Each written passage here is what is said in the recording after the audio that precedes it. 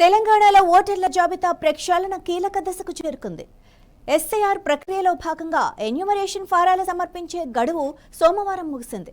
రాష్ట్రంలో మొత్తం 3.38 కోట్ల మంది ఓటర్లుండగా దాదాపు 73,52,000 మంది ఓటర్లు అన్కనెక్టబుల్ కేటగిరీలో ఉన్నారు. అంటే వీరి ఎన్యూమరేషన్ ఫారాలు అందలేదు లేదా సేకరించడం సాధ్యం కాలేదు. ఇది మొత్తం ఓటర్లలో దాదాపు 21% సమానం. దీంతో తుది జాబితాపై ఉత్కంఠ నెలకొంది. హైదరాబాద్, మేడ్చల్, మల్కాజ్గిరి, రంగారెడ్డి జిల్లాల్లోనే ఈ అన్కనెక్టబుల్ ఫారాలు ఎక్కువగా ఉన్నాయి. సుమారు 41.5 లక్షల ఫారాలు ఈ 3 జిల్లాలకు చెందినవే. రాష్ట్ర వ్యాప్తంగా ఉన్న అన్కనెక్టబుల్ ఫారాలలో 58.6% ఇక్కడే ఉన్నాయంటే పరిస్థితిని అర్థం చేసుకోవచ్చు.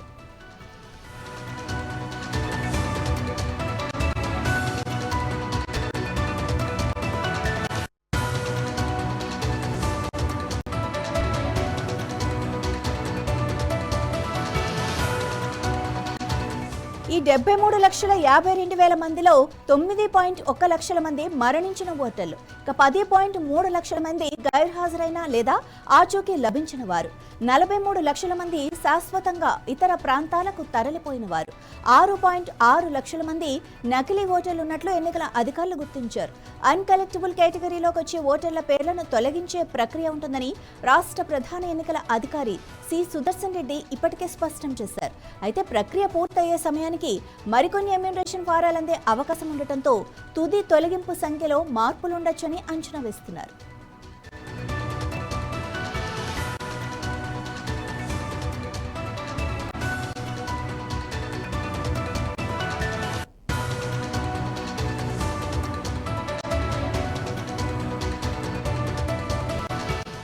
ఎస్ఐఆర్ ప్రక్రియను జూలై 24న ముగించాల్సి ఉండగా ఆగస్టు 10వ తేదీ వరకు పొడిగించారు. ఇంటింటి సర్వే ద్వారా ఓటర్ల వివరాలు సేకరించడం, నకిలీ ఓట్లను తొలగించడం, అర్హులైన వారందరినీ జాబితాలో చేర్చడం ఈ ప్రక్రియ ముఖ్య ఉద్దేశ్యం.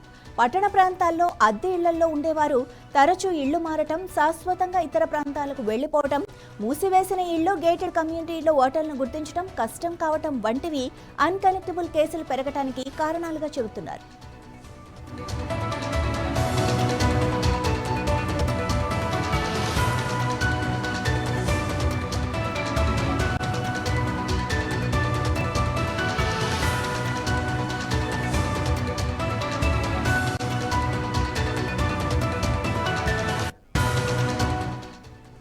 ఈ ఓటర్ల జాబితా సవరణ ప్రక్రియపై కాంగ్రెస్ పార్టీ కూడా ప్రత్యేక దృష్టి సారించింది. పార్టీ నాయకులకు, బూత్ స్థాయి ఏజెంట్లకు టీపీసీసీ అధ్యక్షుడు మహేష్ కుమార్ గౌడ్ పలు సూచనలు చేశారు. అర్హత ఉన్న ఒక్క ఓటర్ పేరు కూడా తొలగిపోకుండా చూడాలని కోరారు. అనామలస్ జాబితాను జాగ్రత్తగా పరిశీలించాలని, కాంగ్రెస్ కు అనుకూలంగా ఉన్న ఓటర్ల పేర్లు తొలగిపోకుండా అప్రమత్తంగా ఉండాలని దిశానిర్దేశం చేశారు. మొత్తం 3.38 కోట్ల ఓటర్లలో ఆగస్టు 9వ తేదీ నాటికి 2.64 కోట్ల ఫారాలు డిజిటలైజ్ అయ్యాయి. ఇంకా 3.2 లక్షల ఫారాలు డిజిటలైజ్ కావాల్సి ఉంది. తుది ఓటర్ల జాబితాను అక్టోబర్ 19వ తేదీన ప్రచురించనున్నారు.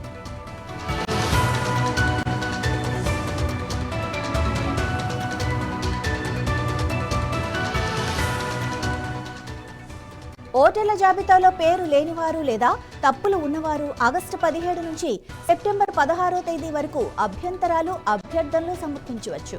కొత్త ఓటరు నమోదుకు ఫారం 6, తొలగింపులకు ఫారం 7, మార్పులు చేర్పులకు ఫారం 8 ఉపయోగపడతాయి. ఈ అభ్యంతరాలను అక్టోబర్ 15వ తేదీలోపు పరిష్కరించి తుది జాబితాను అక్టోబర్ 19వ తేదీ విడుదల చేస్తారు.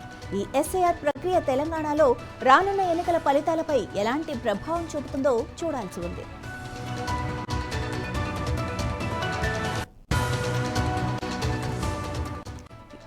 ఇదే విషయానికి సంబంధించి మరింత సమాచారం మా బ్యూరో చీఫ్ రాజ్ కుమార్ అందిస్తారు. రాజ్ కుమార్, మరి ఈ ఓటర్ల ప్రక్రియ ఇంకా చాలా మంది ఎన్యూమరేషన్ ఫారాలు నింపలేదు, మరి ఇది ఎప్పటికి పూర్తి కానుంది? మాధవి, ఆల్రెడీ డేట్ నిన్నటిగా కంప్లీట్ అయిపోయింది. ఎన్యూమరేషన్ ఫారమ్స్ అర్ధరాత్రితో ముగిసింది. కానీ ఒకవేళ మనం ఈ సంఖ్య చూసినట్లయితే, ఆ సంఖ్యలు చూసినట్లయితే నిజంగా చాలా ఇంకా ప్రక్రియ సరి లేదు. జనాలకు అంటే ఇది అర్థం కాకపోవడమా, లేకపోతే బిఎల్ఓలు సరిగా వెళ్ళకపోవడమా, లేకపోతే అధికార యంత్రాంగం లోపమా, ప్రజల లోపమా తెలియదు. కానీ దాదాపు 21% ఓటర్లు ఇవాళ అన్కండక్టబుల్ అయిపోయింది. అంటే వాళ్లకు దొరకలేదు. అంటే వాళ్ళు ఫామ్ లేకపోవడం, డిజిటలైజేషన్ కోసం కావచ్చు, బిఎల్ఓలు పోయినప్పుడు వాళ్ళు లేకపోవడము, ఇందులో కొంతమంది మరణించి కూడా ఉండొచ్చు. ఆ అధికార లెక్కల ప్రకారము దాదాపు ఒక 9 లక్షల మంది మరణించారనేది ఒక అంచనా. సో ఇంతమంది అంటే దాదాపు 73 లక్షల ఓటర్లు ఇంతవరకు కనెక్ట్ కాలేదు డిజిటలైజేషన్ కు. సో ఇంకా కొన్ని ఫారాలు ఇంకా డిజిటలైజేషన్ చేయలేదు, కాబట్టి దీంట్లో ఇంకొక 5 నుంచి 10 లక్షలు రావచ్చు ఒకవేళ ఈ రోజు వరకు కనుక అప్డేట్ అయితే. కానీ దాదాపు 73 లక్షలు అంటే 21% ఇంకా కనెక్టింగ్ కాలే ఈసీకి. సో ఇది పెద్ద నిజంగా ఒక ఆశ్చర్యకి గురి చేసే ఒక లెక్కలే. సో ఎందుకంటే దాదాపు 24 సంవత్సరాల తర్వాత మళ్ళీ చేసిన ఈ ప్రక్రియ మీద ప్రజలకు కొన్ని అపోహలు ఉండడము, భయాలు ఉండడము, తర్వాత అంతా కూడా టెక్నాలజీని ఉపయోగించుకోవడం వల్ల ఇది ప్రాబ్లం అయిందని చెప్పొచ్చు. ముఖ్యంగా హైదరాబాద్ లో అయితే ఈ 73 లక్షలలో హైదరాబాద్ 41 లక్ష ఉంది. అంటే దాదాపు 60% హైదరాబాద్ లోనే కనెక్ట్ కాలే ఈసీకి. దీన్నే అన్కలెక్టబుల్ అంటారు. సో ఈ కలెక్ట్ కానీ హైదరాబాద్ లోనే ఎక్కువ శాతం ఉంది. వాస్తవంగా ఈ యొక్క రేషియో కనుక చూస్తే డిజిటలైజేషన్ రేషియో ఎక్కువగా హైయెస్ట్ యాదాద్రి భువనగిరి ఉంటే, వరెస్ట్ అంటే లోయెస్ట్ రికార్డ్ వచ్చేసి హైదరాబాద్ లో ఉంది 58%. సో దీంట్లో చివరి స్థానంలో హైదరాబాద్ చెందుకున్నట్టు జగన్ నగరాల్లో ముఖ్యంగా ఎక్కువ మంది ఇంట్లో ఉండరు. ఈ అధికారులు బిఎల్ఓలు వెళ్ళినప్పుడు సరిగా లేకపోవడం వల్ల, తర్వాత హౌస్ షిఫ్టింగ్ ఈ నెల ఈ ఇంటి దగ్గర ఒక నియోజకవర్గంలో ఒక ఏరియాలో ఉంటే మళ్ళీ ఒక 6 నెలలకో 3 నెలలకో సంవత్సరానికో మళ్ళీ ఒక ఏరియా మారుతుంటారు. నియోజకవర్గాలు మారుతుంటాయి, డిస్టిక్ కూడా మారచ్చు. హైదరాబాద్ లోనే అయితే రంగారెడ్డి మేడ్చల్ ఉంది, తర్వాత మామూలుగా మల్కాజిగిరి, రంగారెడ్డి, హైదరాబాదు, వికారాబాద్ ఇవన్నీ కూడా వస్తుంటాయి. సో ఇలాంటప్పుడు ఈ 73,52,000 ఓట్లు అన్కలెక్టబుల్ అనేసరికి ఒక్కసారిగా 21%, అంటే ప్రస్తుతం ఉన్న ఓట్ల సంఖ్య 21% తగ్గింది అనడంతో రాజకీయ పార్టీలో గుబులు పుడుతుంది. ముఖ్యంగా కాంగ్రెస్ పార్టీ ఇప్పటికే అలర్ట్ అయింది. కాంగ్రెస్ పార్టీకి అనుకూలంగా ఉన్న ఓట్లు ఎక్కడ తొలిగిపోకుండా చూడాలి. బిఎల్ఏలు అప్రమత్తంగా ఉండాలి, బిఎల్ఓలను కనెక్ట్ కావాలి, కలవాలి. ఎవరైనా అర్హులైన ఓట్లు ఎవరికైనా నమోదు కాకపోతే వెంటనే స్పందించాలని ఇప్పటికే మహేష్ కుమార్ గౌడ్ నిన్న ఆదేశాలు జారీ చేయడం జరిగింది. జూమ్ మీటింగ్ వరుసగా కాంగ్రెస్ పార్టీ జరుగుతుంది. మరొక బీఆర్ఎస్ కూడా అలర్ట్ అయింది. ఎందుకంటే పశ్చిమ బెంగాల్లో జరిగినట్టుగా ఇక్కడ కూడా జరుగుతున్న మొదటి నుంచి అనుమానం వ్యక్తం చేస్తున్న పరిస్థితుల్లో రాజకీయ కోణంలో ఇప్పటికే వీళ్ళు అలర్ట్ అయ్యారు. దీనికి సంబంధించి Congress party top to bottom అందరు కూడా అలర్ట్ అయిపోవాలి. ఎక్కడ కూడా ఓట్లు తొలగిపోకూడదు, అది చాలా నష్టం అవుతుందని కాంగ్రెస్ పార్టీ ఇప్పటికే ఉత్తర్వులు జారీ చేసింది. సో ఈ నేపథ్యంలో మనం చూస్తున్నాం దాదాపు 71 లక్ష అంటే 72 లక్షల దగ్గరకు వచ్చింది. 73 లక్షలు. ఈ 73,52,000 కలెక్టబుల్ కావడంతో కొంచెం మారింది. అయితే అధికారులు అంటే నిన్న రాత్రి వరకు ఇంకా డేటా రాలేదు, ఇవాళ రేపట్లో ఈ డేటా వస్తుంది. సో మొత్తం మీద సరి ప్రక్రియలో కొన్ని చిప్పులు అయితే తప్పలేదు. చాలా మంది లేకపోవడము, ఆ తర్వాత లాక్ ఎయిర్ ఉండడము, డోర్ లాక్ ఉండడము, అందరూ చాలా భార్యాభర్తలు పిల్లలు ఉద్యోగాలకు వెళ్ళడం, ఎవరు ఇంట్లో లేకపోవడం వల్ల ఈ 73 లక్షలు ఏదైతే ఉందో అది వచ్చింది. ముఖ్యంగా హైదరాబాద్ లోనే 60%, 41 లక్ష. సో కాస్త సరి ప్రక్రియలో అనుకున్నంత వేగంగా కానీ అనుకున్నంత ట్రాన్స్పరెన్సీ కానీ జరగలేదనేది కొంతమంది అభిప్రాయపడుతున్నారు. మాధవి రైట్ రాజ్ కుమార్, అంటే పిసిసి మహేష్ కుమార్ గౌడ్ అన్నారు ఆ ఓటర్లు ఏ ఒక్క ఓటర్కి అంటే పేరు లిస్ట్ లో మిస్ అవ్వకూడదు అనడం వరకు ఓకే, కాంగ్రెస్ ఓట్లు అసలే మిస్ అవ్వకూడదు అంటే కాంగ్రెస్ బీజేపీ ఎలా తెలుస్తుంది? ఎవరు కాంగ్రెస్ ఓటేస్తారు, ఎవరు బీజేపీకి ఓటేస్తారు, అది ఎలా తెలుస్తుంది? ఒక్క కాంగ్రెస్ ఓటు కూడా మిస్ అవ్వకూడదు అంటే ఏంటి అర్థం? దాన్ని ఎలా చూడాలి?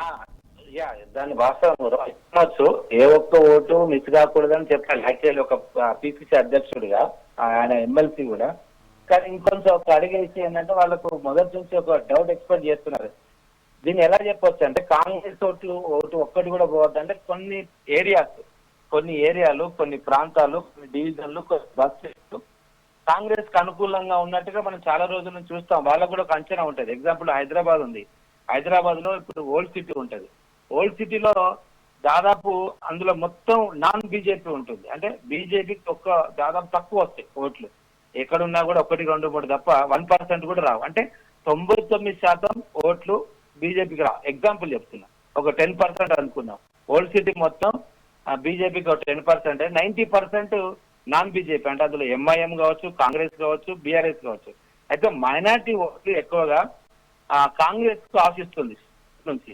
మైనార్టీలు కావచ్చు, ఎస్సీలు కావచ్చు, కాంగ్రెస్ కు కొంచెం ఫెన్సింగ్, బీజేపీకి పడదనే ఉద్దేశంతో ఏ ఏరియాలో అయితే పార్టీ బలంగా ఉందో, అంటే లాస్ట్ మనం ఎలక్షన్ చూస్తే డివిజన్ వారిగా, నియోజకవర్గ గెలిచిన వారి సంఖ్య, ఓట్లు బట్టి ఇవన్నీ అనాలిసిస్ చేస్తుంటారు.